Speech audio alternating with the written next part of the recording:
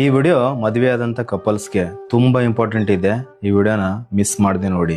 ಅಲ್ಲಿ ಹೆಂಡತಿ ಊಟ ತಗೊಂಡು ಗಂಡನ ಹತ್ರ ಬರ್ತಾಳೆ, ಬಾಗಿಲು ಬಡಿತಾಳೆ.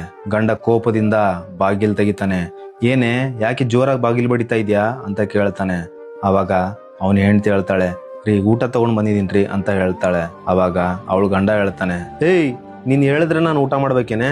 ನನ್ಗೆ ಯಾವಾಗ ಹಸುವಾಗುತ್ತೋ ನಾನು ಊಟ ಮಾಡ್ತೀನಿ, ಹೋಗ್, ಮರ್ಯಾದೆಯಿಂದ ಇಲ್ಲಿಂದ ಹೋದ್ರೆ ಸರಿ ಅಂತ ಹೇಳ್ಬಿಟ್ಟು ಕೋಪದಿಂದ ಡೋರ್ ಹಾಕ್ತಾನೆ. ಅವಾಗ ಅವನ್ ಹೆಂಡತಿ ಅಳೋದಕ್ಕೆ ಶುರು ಮಾಡ್ತಾಳೆ. ಅವಾಗ ಅವಳ ಗಂಡ ಬರ್ತಾನೆ, ಸಾರಿ ಅಂತ ಕೇಳ್ತಾನೆ. ಅವಾಗ ಅವನ್ ಹೆಂಡತಿ ಹೇಳ್ತಾಳೆ, ರೀ ನೀವು ನನಗೆ ಹೊಡೀರಿ, ಬೈರಿ, ಏನೇ ಮಾಡಿ, ಆದ್ರೆ ನಾನು ನಿಮ್ಮ ಮೇಲೆ ಒಂಚೂರು ಬೇಜಾರಾಗೋದಿಲ್ಲ.